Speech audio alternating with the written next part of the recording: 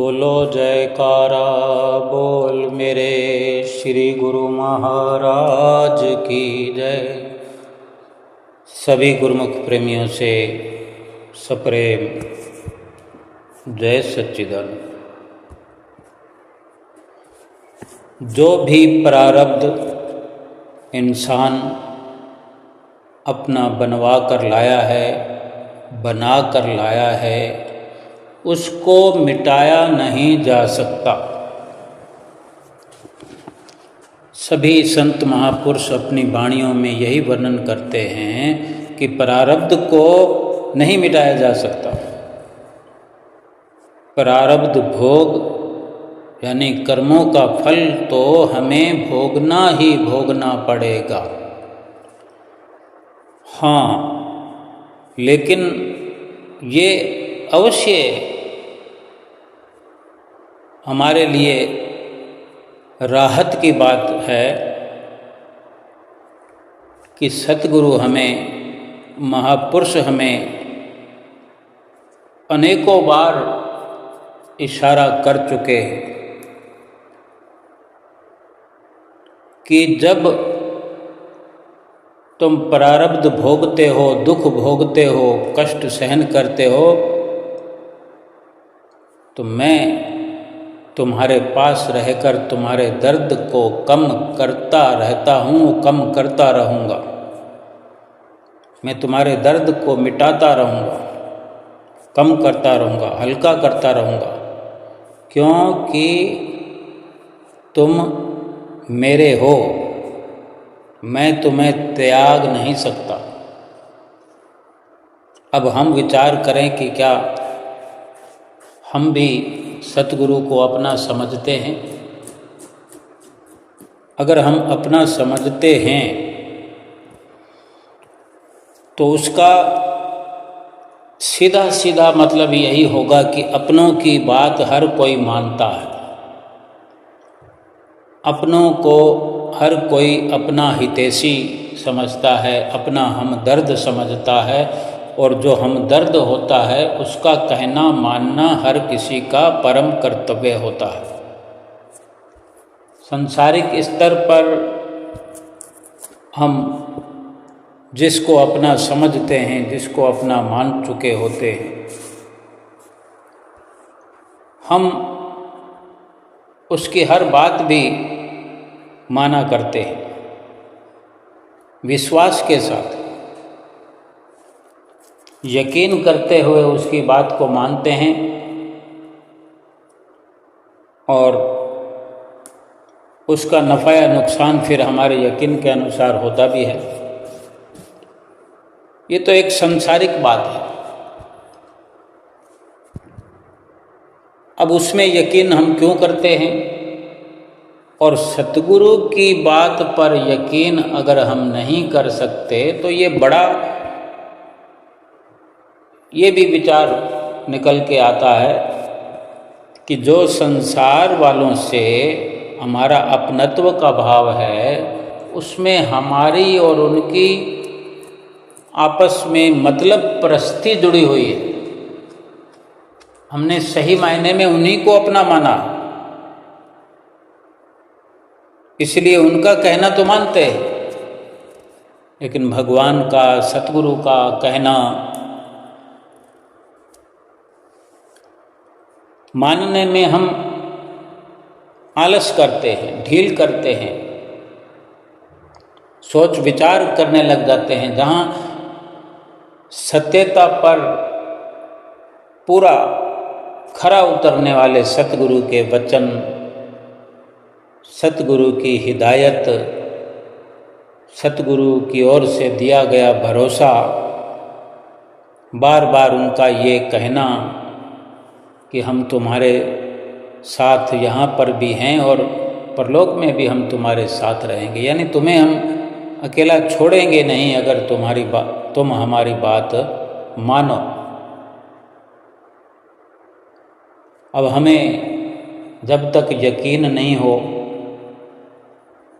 सच्ची बातों पर हम यकीन नहीं करते, सच्चे हितैषी सतगुरु महापुरुषों पर हम यकीन नहीं करते, और संसार के इन झूठे रिश्तों में जो हमने अपने आप को फंसाया हुआ है, उन्हीं पर अपना यकीन रखा हुआ है, तो नतीजा भी हम अपनी आँखों के सामने देख रहे हैं। दुख हमारा मिटने का नहीं है। सारे का सारा संसार दुख भोग रहा है, भोगता जा रहा है। सारा संसार दुख भोगता हुआ नजर आता है हमें। हम भी उसी प्रकार से उन्हीं में शामिल हैं। तो फिर क्या फ़र्क है हम में और उनमें? सतगुरु की शरण में आने का लाभ क्या हुआ? सतगुरु ने अपना फैसला बताया कि मैं तुम्हारे साथ होता हूँ जब तुम दुख भोग रहे होते हो। अगर हमें महसूस होता हो, अगर हमारे ये समझ में बात आती हो कि हम दुखी हैं और हमारे सतगुरु हमारे साथ हैं, तो इस यकीन के होने से हमारा दुख जो है आधा अधूरा हो जाता है, आधे से भी आधा हो जाता है, उससे भी कम हो जाता है। क्योंकि जो सतगुरु को अपना समझते हैं, अपना हितैषी समझते हैं, लोक परलोक का साथी समझते हैं, वो अपने आप को उनके हवाले किए होते हैं कि जो मेरे सतगुरु की मौज। क्योंकि कर्म तो मैं स्वयं करके आया हूँ। अब हम जो कर्म करके आए हैं, उनका जो प्रारब्ध बना है, हमें वो प्रारब्ध भोगने के लिए मिल गया है, दे दिया गया है। अब हम सतगुरु के रहनुमाई में हैं, उनका कहना मान करके हम अपना जीवन व्यतीत कर रहे हैं, तो थोड़ा सब्र भी करना पड़ेगा। सब्र करना निहायत ज़रूरी है। क्योंकि कोई भी काम जब किया जाता है तो उसमें अवसर तो लगता ही है, कुछ समय तो उसमें लगता है ठीक होने में। अगर कोई दुख की अवस्था आई है और हम यत्न कर रहे हैं दुख मिटाने का, तो उसमें वक़्त तो लगेगा ही। किसी दुख के, किसी सूली के कांटा बनने के लिए समय तो चाहिए ही। क्योंकि जाने कितने कर्म हमने किए और हम चाहते हैं कि उनका निवारण पल भर में हो जाए, तो ये नहीं हो सकता। जैसे अगर कुआं खोदना शुरू करते हैं, भविष्य में पानी की कमी को मिटाने के लिए, समाप्त करने के लिए, पानी की कमी पूरी करने के लिए जब कुआं खोदना शुरू किया जाता है, तो पहले पहले मिट्टी, कीचड़, यही सब निकलता है। मिट्टी से भरा पानी, गंदा पानी निकलता रहेगा, निकलता रहेगा, निकलता रहेगा, और फिर एक लंबे प्रयास करने पर, लंबे प्रयास के बाद साफ जल प्राप्त हो ही जाता है। ऐसे ही महापुरुषों के वचनों में हम अक्सर सुनते हैं कि सब रोगों का औषध नाम, यानी सभी रोगों की दवा जो है नाम है, प्रभु का सुमरन है। सब कुछ, सब प्रकार के दुख प्रभु का नाम जपने से मिट जाते हैं। समय लगता है, अब सुमरन जो हम करते हैं तो उसमें भी हम सब्र नहीं करते। सुमरन की शुरुआत भी ऐसे ही होती है जैसे शुरुआत में कुआं खोदने पर मिट्टी, कचरा, गंदा पानी निकलते निकलते आखिर साफ सुथरा जल, शीतल जल प्राप्त हो जाता है। ऐसे ही भजन सुमरन की शुरुआत करने पर सब बुरे विचार, बुरे ख्याल और जिन जिन से हम मिलते हैं, जिन जिन से व्यवहार करते हैं, जिन जिन से बात करते हैं, कभी कभी तो ऐसे ऐसे लोगों के ख्याल आ जाते हैं मस्तक पर, हम भगवान को देखना चाहते हैं लेकिन हमें वो व्यवहार करने वाले हमसे, बात करने वाले हमसे भगवान की जगह नजर आते हैं मस्तक पर, आंखें बंद किए हुए बैठे, और हमें वही सब दिखता है जिन जिन से हमने अपना रिश्ता बनाया हुआ है। कभी कभी ऐसे ऐसे ख्यालात और ऐसी ऐसी शक्लें सामने आती है जिनको देखे हुए, मिले हुए, बातचीत किए हुए बरसों हो गए हैं, उनकी शक्लें भी सामने आकर खड़ी हो जाती है तो हम उससे मिलने तो नहीं गए, ना उन्हें फ़ोन किया, ना उनकी कोई घर में बात चलाई, ना कोई किताब में उनका नाम पढ़ा, कुछ भी ना करने पर भी उनकी शक्ल क्यों आ गई सामने कि वो हमारे अंदर कहीं ना कहीं स्टोर की हुई है। हमने उस इमेज को कभी ना कभी तो उनसे हम मिले ही हैं, तभी तो कहते हैं कि आज मुझे फलां व्यक्ति की याद आ गई, आज मेरे सामने उसका चेहरा आ गया। और इसी बातचीत में पता लगता है कि वो जिसका चेहरा हम देख रहे हैं उसको तो मरे हुए को 10 साल हो गए, 20 साल हो गए, हमने तो उससे पहले ही तो बातचीत की होगी जब वो था। कितने ताजुब की बात है, जिसकी बातचीत का भी जिक्र बरसों तक नहीं हो आया हो, वही व्यक्ति स्वप्न में भी आकर खड़े हो जाते हैं। लेकिन कब तक रहेगी उनकी याद? अगर हम सुमरन कर रहे हैं, हमारा लक्ष्य प्रभु का दीदार करना है, परमात्मा से एकाकार करना है, अपनी आत्मा का साक्षात्कार करना है, सारी एक ही बातें हैं, अलग अलग प्रकार से कही जाने वाली बात एक ही है कि हम अपने आत्मा का साक्षात्कार करना चाहते हैं, अपनी आत्मा को जानना चाहते हैं, और उसी यत्न में हम लगे हुए हैं, सुमरन कर रहे हैं, भजन अभ्यास कर रहे हैं। सतगुरु से मिला हुआ नाम जो है हमारी श्वास श्वास में चल रहा है, लेकिन बीच बीच में ध्यान भटकता है, फिर लगता है, फिर भटकता है। क्योंकि अगर हमारा प्रयास जारी है, बार बार भटकते हुए ध्यान को अगर फिर से हम जोड़ने का लगातार प्रयास करते हैं, इसी का नाम भजन अभ्यास है, इसी को सुमरन भजन कहते हैं। कब तक वो खड़े रहेंगे विचार, वो चेहरे? आखिर जैसे उभर कर सामने आए हैं अचानक से, लेकिन वो धीरे धीरे धीरे धीरे धुंधले होते हुए मिट जाएंगे, मिटते चले जाएंगे और फिर कभी नहीं आएंगे।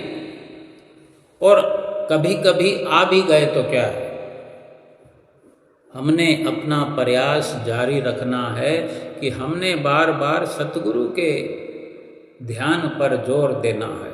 अवश्य ये आवश्यक है कि हम अपना प्रयास करते रहें। अगर सुमरन भजन में पहले हम रोज़ जिनसे मिलते हैं, रोज़ जिनसे बात करते हैं, वो सब के सब नज़र आते हैं, उनकी बातें सामने आती है, वो विचार हमारे अंदर चलते हैं,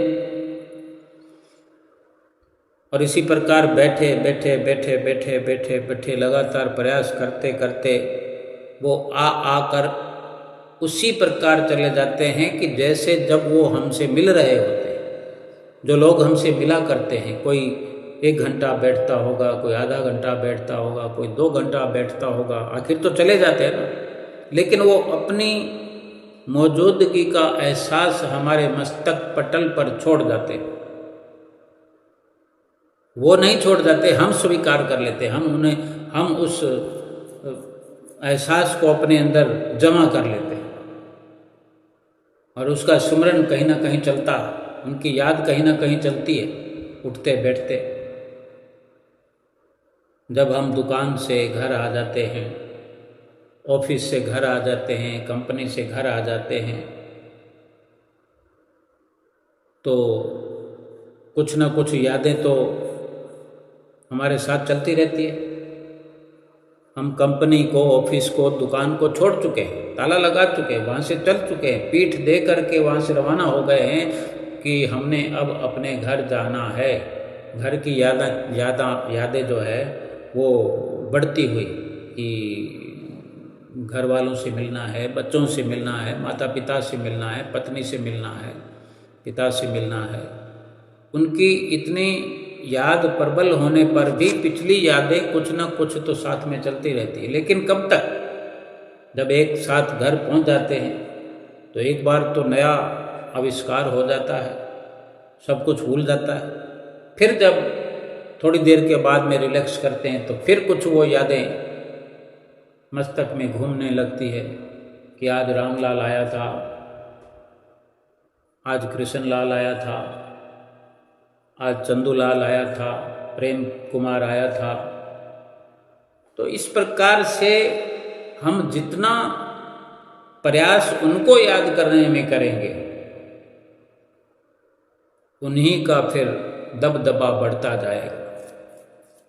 और ऐसा करने पर, ऐसा होने पर, उनकी यादें बढ़ने पर अगर हम सतगुरु का ध्यान गहरा करने की कोशिश करेंगे, सतगुरु की कोई लीला याद करने की कोशिश करेंगे, हम दर्शन हाल को याद करने की कोशिश करेंगे, दर्शन हाल में सिंहासन को देखने की कोशिश करेंगे, श्री आनंदपुर का नक्शा अपने दिमाग में, क्या इन सब लोगों की, संसारियों की, व्यवहारियों की अगर यादें हमारे अंदर हैं, उनकी फ़ोटो हमारे अंदर हैं, तो क्या सतगुरु की इमेज, सतगुरु की फ़ोटो हमारे मस्तिष्क में नहीं है, हमारे अंदर स्टोर करी हुई नहीं है?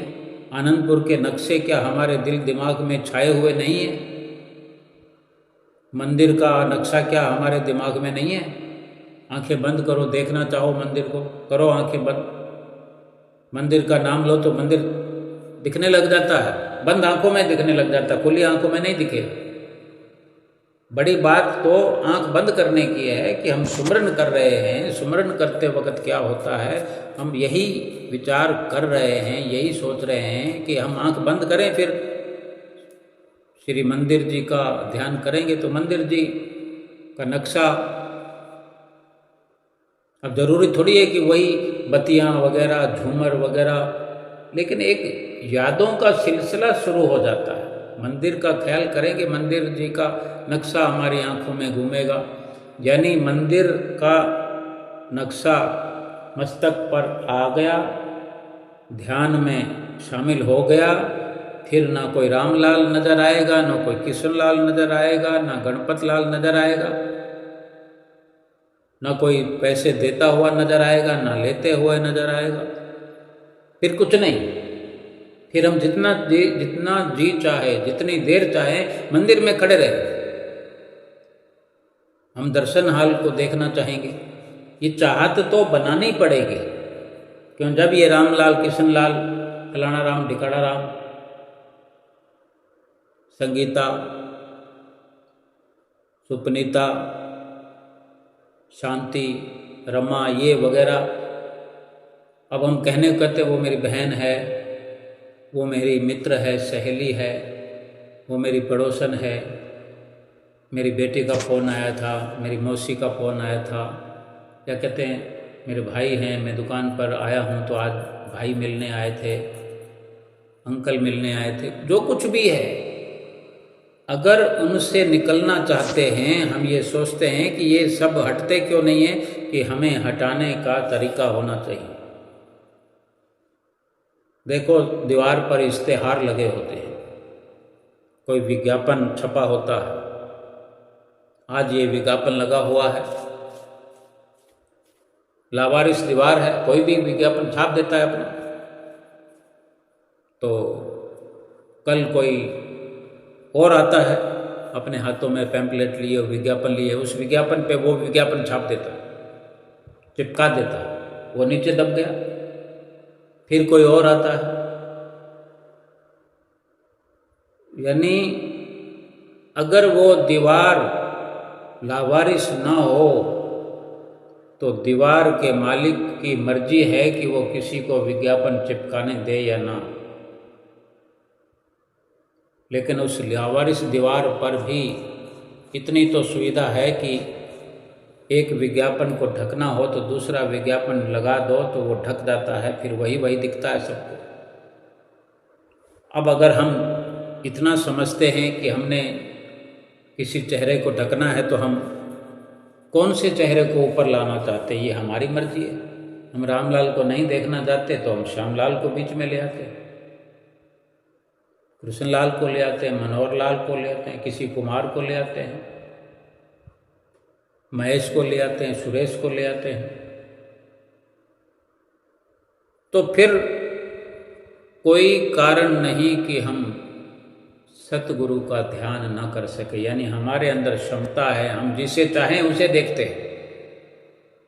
थोड़ी अनहोनी हो सकती है, लेकिन हमारा संभलने का इरादा हुआ और तुरंत हम संभल सकते हैं।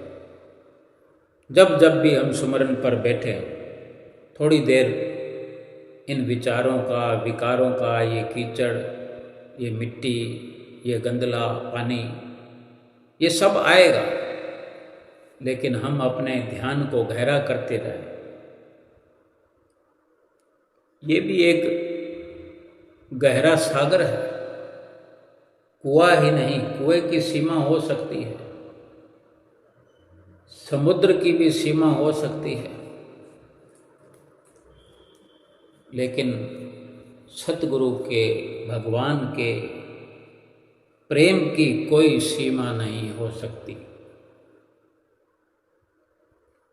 वो गाया करते हैं शब्द में, भजन में, सागर से भी गहरा बंदे गुरुदेव का प्यार है।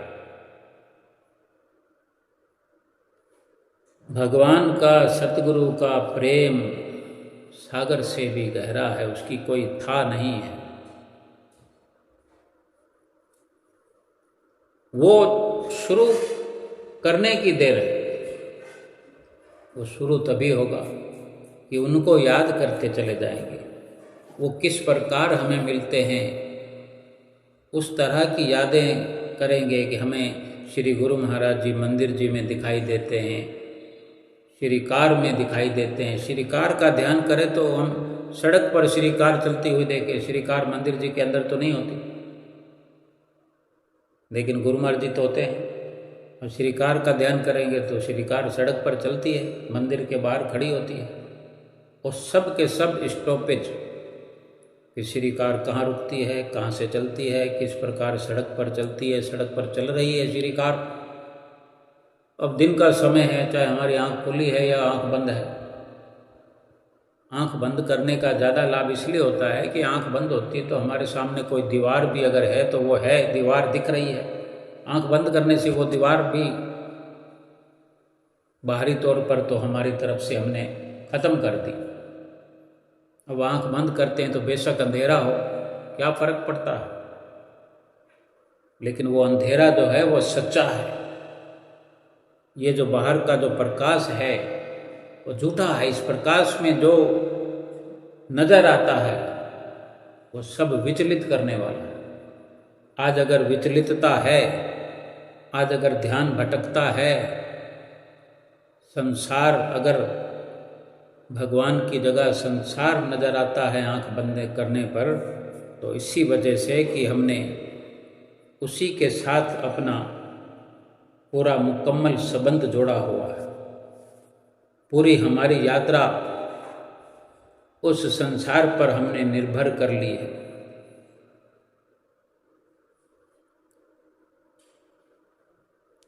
सुमरन जितना अधिक किया जाएगा, सर्वप्रथम तो इतना ही हम यकीन अपना पक्का करें कि 2 घंटे तो हमें निश्चित तौर पर कहा ही जाता है, इसी को पक्का करें। अब इसमें अधिक का यही मतलब है कि सुमरन जितना अधिक यानी एक साथ जितना अधिक कर पाए। 4 टुकड़ों में करते हैं, हमें छूट मिली हुई है, तो छूट इतनी है कि 4 टुकड़ों में पहले पहल करना सीखें। फिर इन 4 टुकड़ों को आधा आधा घंटा जो स्मरण करते, इनको कब जोड़ करके अधिक कर पाते हैं, इस प्रकार से। और फिर इसकी लिमिट को कोई जितना चाहे बढ़ाया जाए, लेकिन पहले ये अवश्य है कि 2 घंटे हर किसी के लिए ये अनिवार्य है। ऐसा हम रोज नित्य प्रति संतों महापुरुषों से सुनते हैं। फिर आगे जितना बढ़ेगा, बढ़ता चला जाएगा, मन का शीशा उतना ही साफ होता चला जाएगा। जब एकदम साफ हो जाएगा, फिर वो प्रेम जिसको अलग अलग तरीके से अलग अलग जगह पर वर्णन किया हुआ है, अलग अलग महत्व समझाया गया है प्रेम का, लेकिन प्रेम करने का लाभ एक ही है। धाई आखर प्रेम के पढ़े सो पंडित होए, धाई अक्षर प्रेम के करे सो पंडित होए।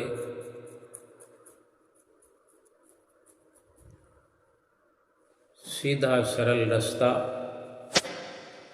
भजन सुमरन का महापुरुषों ने बताया है। और जो दुख हमारे जीवन में आते हैं, आ रहे हैं, वो हमारे ही बुरे कर्मों का नतीजा है। हम जब कर्म करते हैं, कहते हैं ना, दुख में सुमरन सब करे। दुख में ही क्यों करना? दुख में ही सुमरन की याद क्यों आ जाती है, भगवान क्यों याद आ जाता है?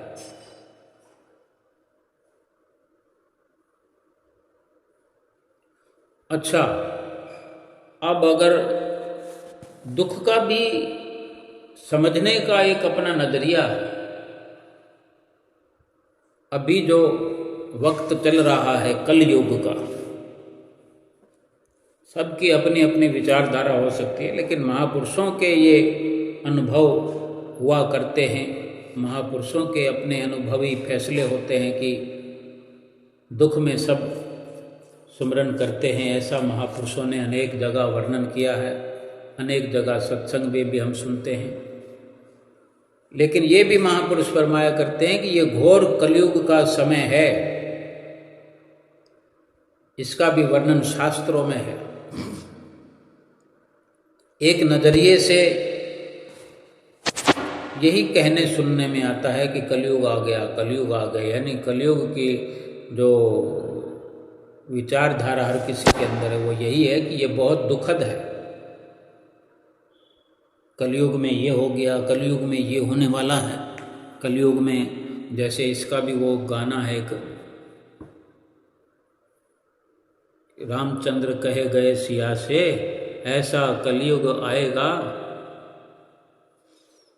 हंस चुगेगा दाना दुनका, कौवा मोती खाएगा। अब ये भी अक्सर हम देखते हैं कि बुराई करने वालों का तो कुछ नहीं होता। बुराई करने वाले तो फल फूल रहे हैं, ऐश कर रहे हैं। पाप करने वालों के मजे लगे हुए जो ईमानदार हैं, भक्ति करने वाले हैं, भजन करने वाले हैं, वो दुखी नजर आते हैं। लेकिन ये विचार या ये नज़रिया ठीक नहीं है। पहले तो हम ये विचार करें कि अगर ये घोर कलयुग है तो इससे ये तो निश्चित हो जाता है कि ये दुख देने वाला है कि इस कलयुग में पाप करने वाले मजे करते हैं और भला करने वाले, पुण्य करने वाले दुख उठाते हैं। तो इससे भी ये सिद्ध होता है कि ये दुखों का अवसर चल रहा है। इससे अधिक दुख कब इंसान अनुभव कर सकेगा? तो इस कलयुग में हम, इस दुखों वाले युग में, दुखों से भरा हुआ ये कलयुग है, इस कलयुग में हमने जन्म लिया है। अब और कौन से दुख की हम तलाश कर रहे हैं, कौन से दुख की इंतजार कर रहे हैं कि ऐसा दुख आएगा कि वैसा दुख आएगा तब सुमरन करेंगे? क्या इससे ये निश्चित नहीं हो जाता कि ये कलयुग दुखों की निशानी है? केवल इसी का अनुभव करके हमें भजन सुमरन शुरू कर देना चाहिए, लगे रहना चाहिए। दुख में भी अगर सुमरन करना है तो इससे बड़ा दुख क्या हो सकता है? हर वस्तु का अभाव ही अभाव है। और भजन सुमरन करें तो फिर ये कलयुग पड़ा रहेगा, कलयुग का असर हम पर नहीं होगा। भजन करने वाले पर किसी प्रकार के दुख का असर नहीं होता। और दुख में अगर एक रूप से, एक प्रकार से हमने निश्चित कर लिया कि पूरा जो जीवन है ये दुख ही है और हमने सुमरन को छोड़ना नहीं है, पूरा जीवन सुमरन करना है, तो हमारे लिए तो फिर वो घड़ी आएगी नहीं जिसका इंतजार लोग करते हैं, दुनिया करती है कि कोई हाथ टूट जाए, पांव टूट जाए, बुखार आ जाए, कोई और बीमारी आ जाए, कोई आपदा, कोई मुसीबत आ जाए, कोई आंधी तूफान आ जाए, कोई ऐसा कोई घटना घट जाए। क्या तब हम समझेंगे कि ये दुख की घड़ी है और इसमें हमें करना चाहिए कि अब दुख की घड़ी आई है तो सुमरन करो?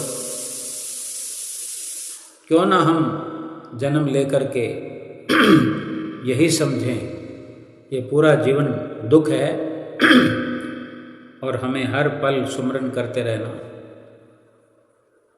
ऐसा करने से तो दुख तो फिर कभी आएगा ही नहीं जिसको दुनिया दुख कहती है। संत महापुरुष तो यही इशारा करते हैं कि दुख समझकर ही सुमरन करो। इससे बड़ा दुख क्या हो सकता है कि हमें इस जीवन में एक चुनौती का सामना करना है, आत्मा का कल्याण करना है। कोई यहाँ अपना नहीं है, लेकिन हमने तो इस बात को बुलाया हुआ है। जो अपने नहीं हैं, बेगाने हैं, उनको अपना समझे बैठे हैं। जो अपना है उसको बेगाना कर दिया है। हर आत्मा दुखी है। हर आत्मा, हर इंसान के अंदर जो आत्मा है, यानी हर आत्मा दुखी है, परमात्मा की तलाश में। उसकी तलाश करते सब की सब आत्माएं भटक रही है। ये दुख नहीं है। इससे बढ़कर दुख क्या हो सकता है? इंसान शरीर के दुखों की बात करता है, लेकिन शरीर के दुखों की बात करें तो भी शरीर करके भी इस दुनिया में सिवाय दुख के कुछ नहीं है। लेकिन अगर इससे कोई उबर भी गया है, इस दुख से कोई उबरा हुआ है, तर गया है, तो असलियत पर आए कि हर इंसान की जो आत्मा है वो दुखी है, इसलिए कि वो परमात्मा की तलाश में है। परमात्मा की तलाश करने के लिए ये आत्मा इस मनुष्य शरीर में आई है। तो क्या तलाश पूरी हो गई है? उसकी तलाश में सब भटक रहे। और ये भी दुख है कि आत्मा दुखी है तो ये भी अगर दुख है और संसार दुखों का घर है, तो ये इतना दुख दिया किसने? किसी ने किसी को दुख दिया नहीं है। हर मनुष्य का दुख स्वयं उसकी ही देन है या लेन है। हमें हमारा दुख हम ही ने दिया है, क्योंकि सबके हाथों में कर्मों रूपी कलम है। हम सब अपनी कलम चला सकें ये सामर्थ्य हमें मिली है। 84 लाख योनियों में न सही, लेकिन मनुष्य जीवन में तो हमें कलम मिली हुई है। कर्म करने के लिए हम स्वतंत्र हैं। हम शुभ कर्म करें या अशुभ कर्म करें, दोनों ही भोगने पड़ेंगे। शुभ और अशुभ अगर दोनों तरह के कर्म ना करके निष्काम कर्म करेंगे तो हमारी तो कलम स्वतंत्र है कि हम निष्काम कर्म करें, निष्काम कर्मों का खाता बनाएं। अव्वल तो निष्काम कर्मों का खाता नहीं बनता, लेकिन फिर भी लेखा जोखा जो प्रभु के पास रहता है, उस कलम से तो प्रभु नाम का ही वर्णन होता है।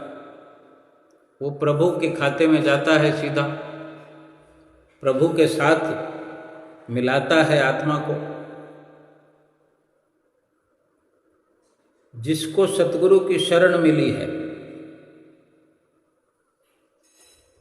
उसको तो बहुत सुंदर ये अवसर मिला हुआ है। हर मनुष्य के हाथों में कर्म रूपी कलम है, लेकिन जो सतगुरु की शरण में आ गया है वो निष्काम कर्म करे, ना शुभ ना अशुभ।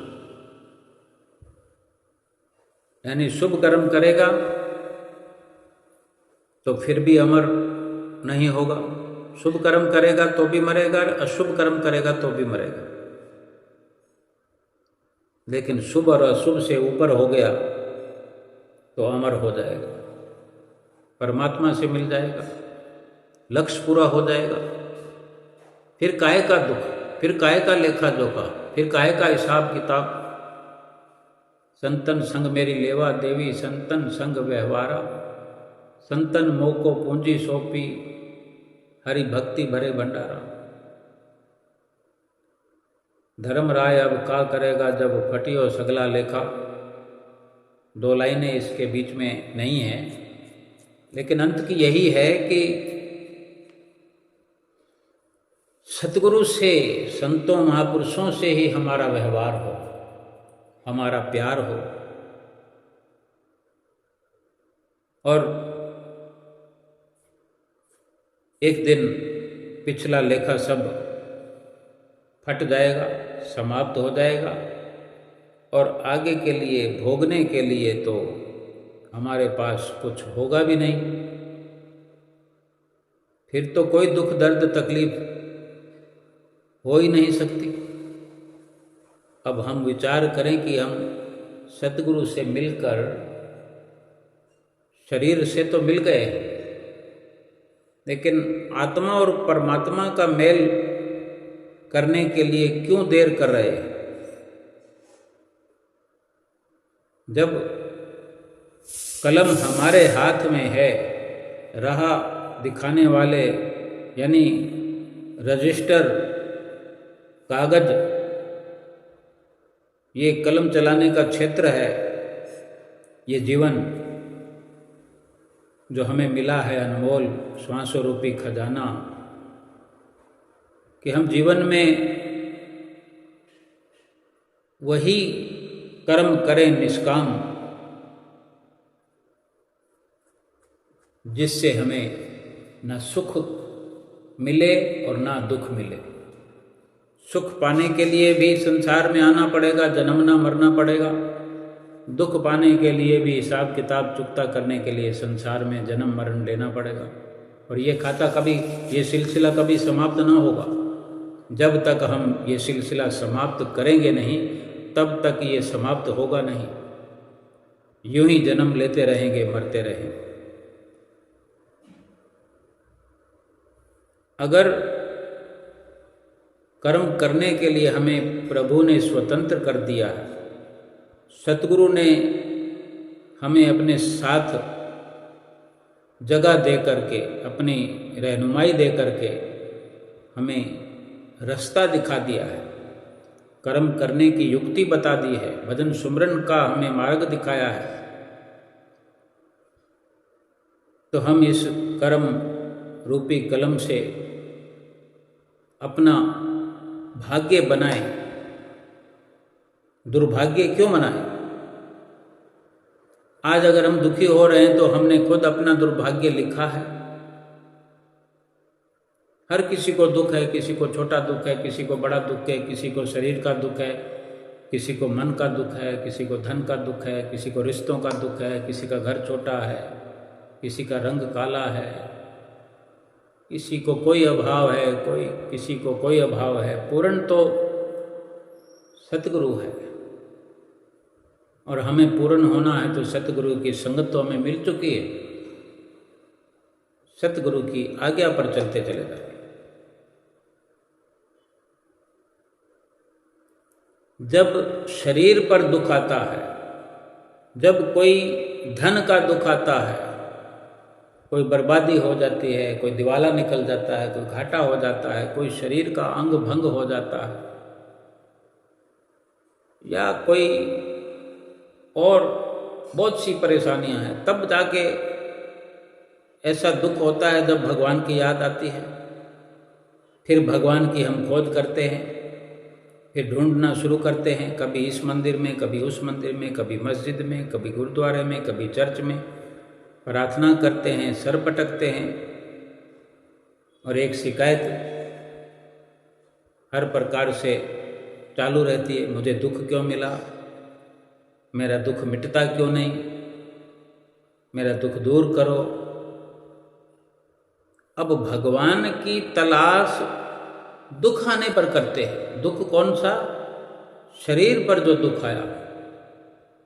लेकिन दुख असल में है क्या? वो दुख तो आत्मा का है, जो हम जन्म लेते ही हमें समझना चाहिए। होश संभालने के साथ साथ हमें समझ लेना चाहिए। समझाने के लिए पर्याप्त मात्रा में, आज 5 साल के बच्चे क्या गुरु महाराज जी के सेवादार नहीं है, गुरुमुख नहीं है, प्रेमी नहीं है क्या? उन्हें नाम नहीं मिला हुआ? कोई पाबंदी थोड़ी है।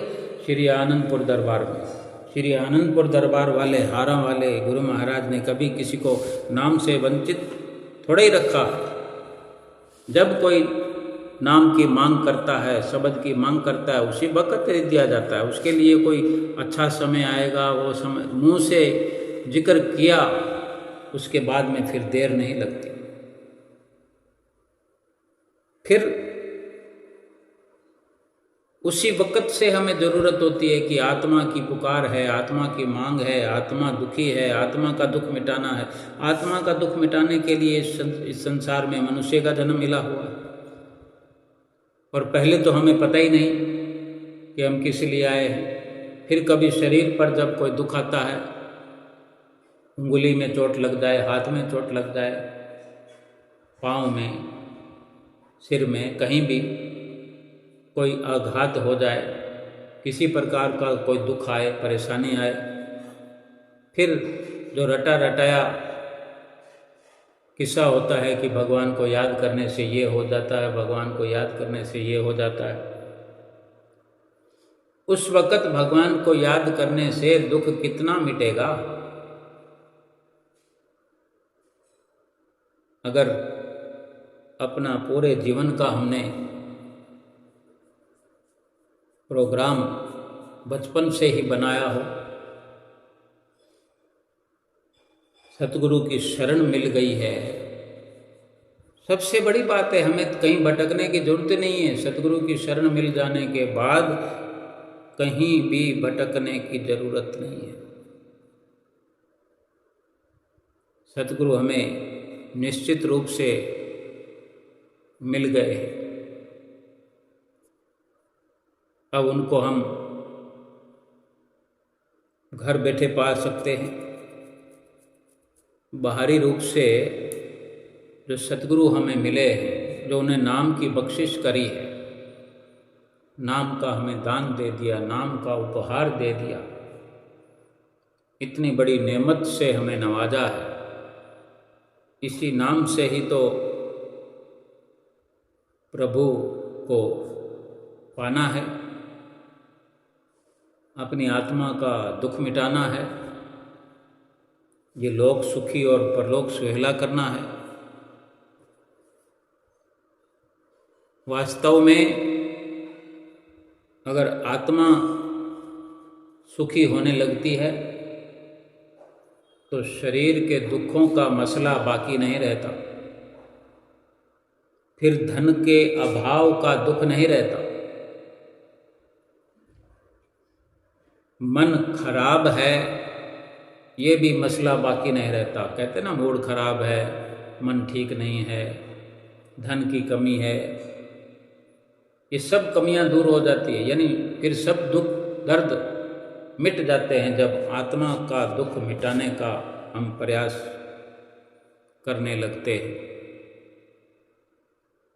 शरीर तो केवल आत्मा का ठिकाना है, असल वस्तु तो आत्मा है ना। हम आत्मा को छोड़ करके शरीर को सुखी करने में लगे हुए। अब शरीर को कब सुखी करेंगे हम?